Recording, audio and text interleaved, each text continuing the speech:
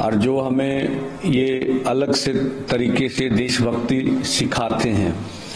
जब भी बॉर्डर्स पर कोई कैजुअलिटी होती है देश के लिए, तो 5 में से 3-4 पंजाबी होते हैं और तिरंगे में लिपटी हुई लाशें पंजाब और इधर हरियाणा में पहुंचती है। तो हमें उनसे सर्टिफिकेट लेने की जरूरत नहीं है कि देशभक्ति क्या होती है। तो एक वो आरएसएस है, उनका एक एजेंडा है, उनकी अभी गवर्नमेंट है और वो अपने बचाव पक्ष में ये बातें, तरह तरह की बातें पूरे देश भर में फैलाएंगे। ऐसे है वजह यह है क्योंकि मोदी सरकार इस आंदोलन को उचित ढंग से निपटने में नाकामयाब रही। जो रास्ता मोदी सरकार ने चुना वो रास्ते ने दुनिया भर में इस देश की बदनामी कर दी।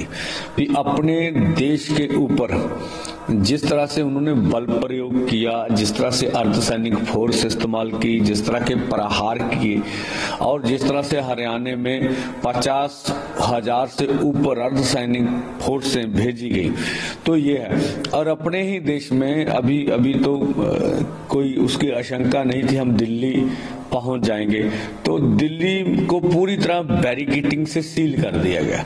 अब वो बैरिकेटिंग खुल रही है। तो मैं बोल रहा हूं अब तब वो सच्चे थे जब बैरिकेटिंग कर रहे थे, जब वो खोल रहे हैं तब सच्चे हैं, तो ये भी नहीं। दूसरा, अब एक और तरीका देखिए, हमने तो दिल्ली की ओर जाना था, अब राजस्थान का बॉर्डर क्यों सील किया गया? राजस्थान की ओर तो हमने जयपुर तो जाना नहीं था, तो गंगानगर, हनुमानगढ़ और जो ये लगते सटे हुए जिले थे पंजाब के साथ, उनको इंटरनेट बंद किया और कुछ समय तक बस सेवाएं भी बंद कर दी उधर, फिर बस से कोई आने जाने ना सके। तो जो लोगों के ऊपर सरकार ने दुख दिए, जिस तरह से हमारा पंजाब का व्यापार राजस्थान से आगे भी उधर महाराष्ट्र के ऊपर जो जाता है, इधर से व्यापार होता, तो पंजाब की आर्थिकता की कमर तोड़ने का उन्होंने निर्णय ले रखा है।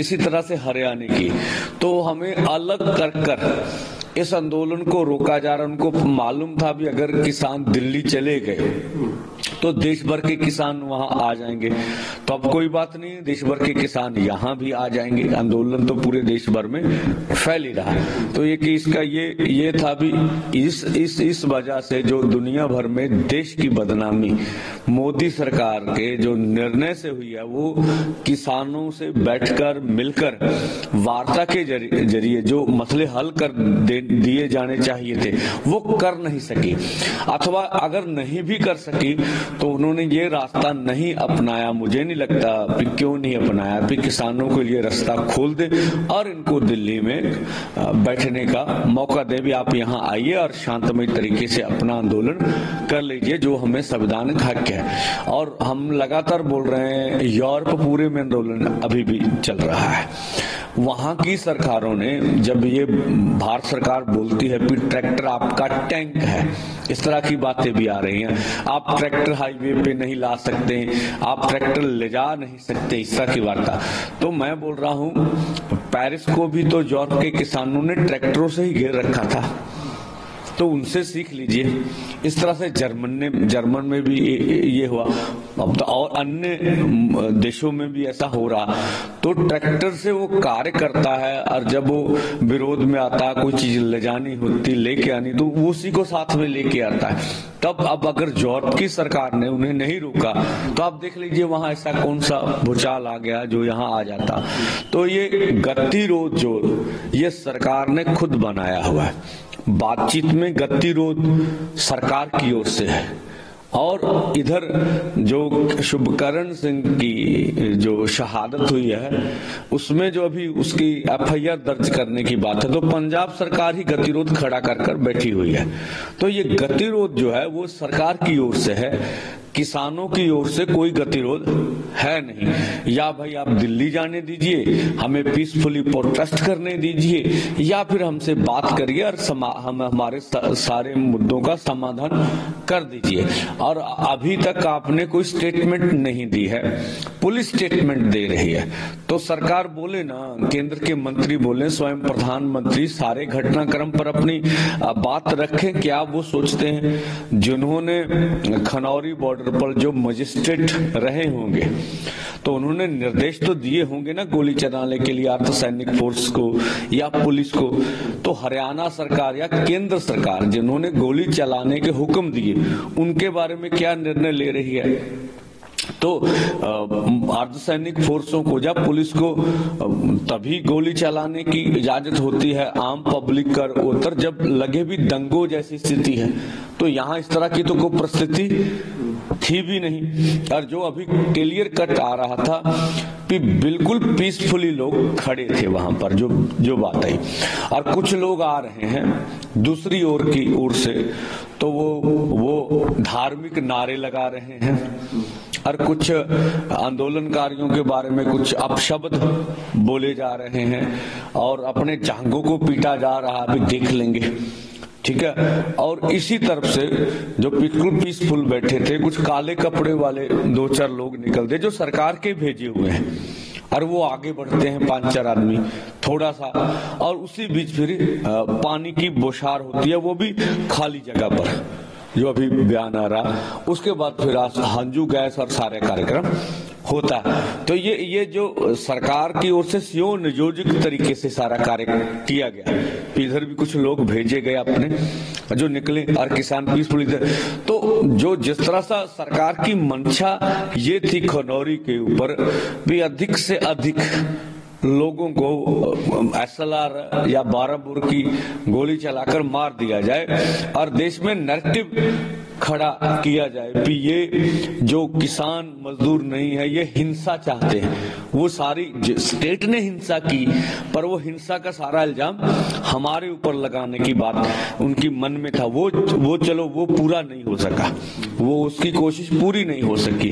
तो वो अब देश में मालूम चला गया भी ये सरकार ने जिस तरह का बल प्रयोग। अब ये हरियाणा की आपको औरतें बता देंगी किसान लीडर्स की, ये कौन सा कानून कहता आप औरत घर में आप बोले भी हम आपको उठा के लेके चले जाएंगे। हरियाणा के किसानों के साथ, उनकी औरतों के साथ ऐसा किया जा रहा है। हरियाणा का कोई ट्रैक्टर मंडी में भी नहीं जा सकता, पूरी तरह बैरिकेड। तो ये जो परिस्थितियां जो अभी बनी हुई हैं, इसके लिए सरकार जिम्मेवार। सरकार ने ये परिस्थितियों को पैदा किया। हम कहते हैं अगर आप वार्ता करनी है सबसे पहले ये परिस्थितियों सामान्य कीजिए, समान करिए, सारा इंटरनेट खोलिए, हरियाणा को खोलिए, और उसके बाद आप जिन्होंने जो कुछ भी किया उसके ऊपर कार्रवाई करिए। तभी जो पूरे देश के किसान खेत मजदूर उनके हृदय शांत होंगे भी ठीक है ये देश की चुनी हुई सरकार है, इनको कोई हमारी फिक्र है। वैसे तो हम नहीं समझेंगे भी कोई ऐसी बात है जो कोई फिक्र है हमारी सरकार को। अगर फिक्र होती तो इतने दिन नहीं लगने चाहिए थे। तो ये आंदोलन ज्ञात हो कि 2 जनवरी को इसका अनाउंसमेंट हो गया था। 2 जनवरी से आज तक का आप समय देख ले, इतना समय था सरकार के पास। और जो पिछला आंदोलन था उस आंदोलन में ही ये बातें मान ली गई थी, ये कमिटमेंट्स हो गई थी, मांग नहीं थी कि हम MSP गारंटी कानून बना के देंगे, लखीमपुर खीरी का मसला हल करेंगे, सभी पुलिस केस आपसे वापस लेंगे। और ये बोला गया था भी बिजली बिल नहीं लाएंगे, खपतकारों से सलाह करेंगे। तब बिजली बिल 2023 उन्होंने बना लिया। तो ये इसके लिए मुझे लगता पूरा देश जवाब देगा कि आपने बिजली बिल बगैर हमें सलाह मशवरे से क्यों बनाया।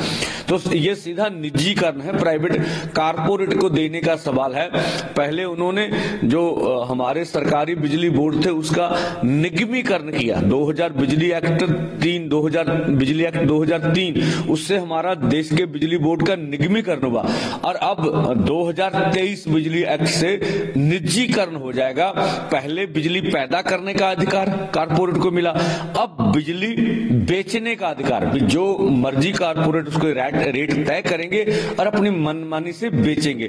तो मुझे नहीं लगता कि देश के जो गरीब खपतकार है आने वाले समय में बिजली का इस्तेमाल कर सकेंगे। बिजली के बिल ही इतने ज्यादा आएंगे। उसमें सिर्फ एक प्रावधान कर दिया कि अगर स्टेट सरकार किसी खपतकार को सब्सिडी देना चाहते तो दे दे, पर निजीकरण से सरकार पीछे नहीं हुई। ये जो विकास का मॉडल है, पहले तो ये कहा जाता था अभी ये रोजगार नहीं देता, अब ये कहा जा रहा है कि ये रोजगार छीन लेता है। इसमें से जो कारपोरेट का मॉडल है रोजगार निकलता नहीं है।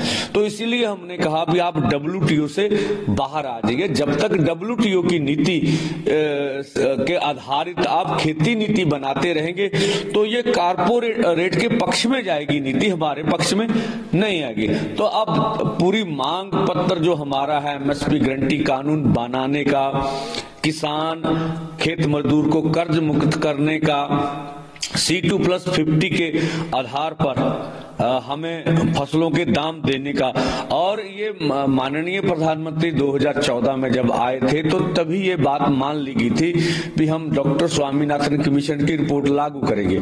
जब ये मानजोग सुप्रीम कोर्ट में ये मुद्दा गया तो भारत सरकार का हल्फनामा वहां चला गया कि ये रिपोर्ट कभी भी लागू नहीं की जाती। तो हमने बहुत से तर्क दिए भी जब माननीय प्रधानमंत्री 2011 में कंज्यूमर अफेयर कमेटी के चेयरपर्सन थे तो तभी उनकी रिपोर्ट आई हुई है कि ये MSP गारंटी कानून किसान को देना चाहिए। इसके आगे हमने कहा कि 2018 में जब तत्काल सरकार के खेतीबाड़ी मंत्री थे उनका समझौता किसान संगठनों के साथ हुआ कि C2+50% के आधार पर फसलों के दाम दिए जाएंगे। हमने जबलपुर हाई कोर्ट का निर्णय भी उसके सामने रखा कि उन्होंने भी ऐसा कहा है कि MSP से नीचे किसी किसान की फसल बिकनी नहीं चाहिए। तो हमने सरकार के समक्ष सभी बातें बड़ी दलील से, बड़ी निम्रता से रखी हैं कि ये हमारा अधिकार है। अब सरकार ये मानना नहीं चाहती, किसी मसले का हल नहीं करना चाहती, उनकी मर्जी है। अगर सरकार सामान्य परिस्थिति बहाल करना चाहती तो इन दिनों तक जितने भी पुलिस केस से वो वापस लिए जा सकते थे, कुछ ना कुछ आगे बात बढ़ाई जा सकती थी। तो देखिए आगे जहां तक का सवाल है, आज जो हमारे KMM के किसान मजदूर मोर्चा एक फोरम है जिसमें हंड्रेड्स ऑफ यूनियन है, किसान मजदूर मोर्चा उसकी अम्ब्रेला मोर्चा है। इसी तरह से SKM नॉन पॉलिटिकल उनका भी मोर्चा है, उनके ऊपर भी हंड्रेड्स ऑफ यूनियंस हैं। तो ये मिल आज वार्ता करेंगे अपने सभी देश के नेताओं के साथ और कल फिर हमारा ज्वाइंट सम्मेलन होगा दोनों संगठनों का। तो आगे का निर्णय उसमें लिया जाएगा और ये बात पूरे ध्यान से रखी जाएगी भी जिस तरह का बल प्रयोग, जिस तरह से एयर ग्राउंड ब्रेस्ट इस्तेमाल किए जा रहे हैं, जिस तरह से प्लास्टिक की गोली जो लगने के बाद ब्लास्ट करती है वो यूटिलाइज की जा रही है। सबसे बड़ी बात जब SLR के फायर और 12 बोर बंदूक के फायर लगातार सीधे तौर पर किए जा रहे हैं और जब ये नैरेटिव बनाने की कोशिश की जा रही है, मतलब जैसे भाजपा का जो एजेंडा होता है हिंदू मुस्लिम, ये सिख हिंदू, ये इस तरह की जब बातें करने की कोशिश की जा रही है तब सभी परिस्थितियों पर विचार के विमर्श करने के बाद ये बातें पूरे देश के समक्ष रखेंगे भी अब ये नीति है तो सभी और पूरे देश में क्या परिस्थिति है, किस तरह का आंदोलन है, क्या देश के नेता सोच रहे हैं, तो सभी पे चर्चा करने के बाद ही आगे का ऐलान करेंगे। यानी ये दिन 29 तारीख इतना ही आज का दिन ये कहें, और अगर कोई आप नाम बता सके कौन कौन किसान नेता आ रहे हैं अगर अभी बता पाए तो। देखिए बहुत से, जैसे हमारे तमिलनाडु से बहुत से किसान आएंगे, हम उनके संगठनों के और उनके नाम भी आपके समक्ष रखेंगे क्योंकि बड़ी लिस्ट है, हम सभी नाम आपके सामने रख देंगे। और इस तरह से आप केरला से भी किसान आ रहे हैं, बिहार से भी आ रहे हैं, इस तरह से मध्य प्रदेश से भी हैं, राजस्थान से भी है, हरियाणा, तो इधर राजस्थान के तो बहुत से किसान नेता आप देख भी रहे हैं। रणजीत सिंह राजू वो इधर बैठे ही हुए हैं, हरियाणा के लीडर्स भी तो आप देख ही रहे हैं यहाँ बैठे हुए हैं, यूपी के जो यूपी में गिरफ्तार कर लिए गए से पहले हमारे जिन्होंने हमें समर्थन किया वो सभी नेता गिरफ्तार कर लिए गए, फिर उनको छोड़ा गया। तो ये सभी नेता आपके सामने लिस्ट्स के साथ हम सारा रख देंगे, उधर फोरम से भी लिस्ट लेके सारी आपके सामने सीधी बात बताएंगे भी कौन कौन से लीडर हैं, क्या क्या है।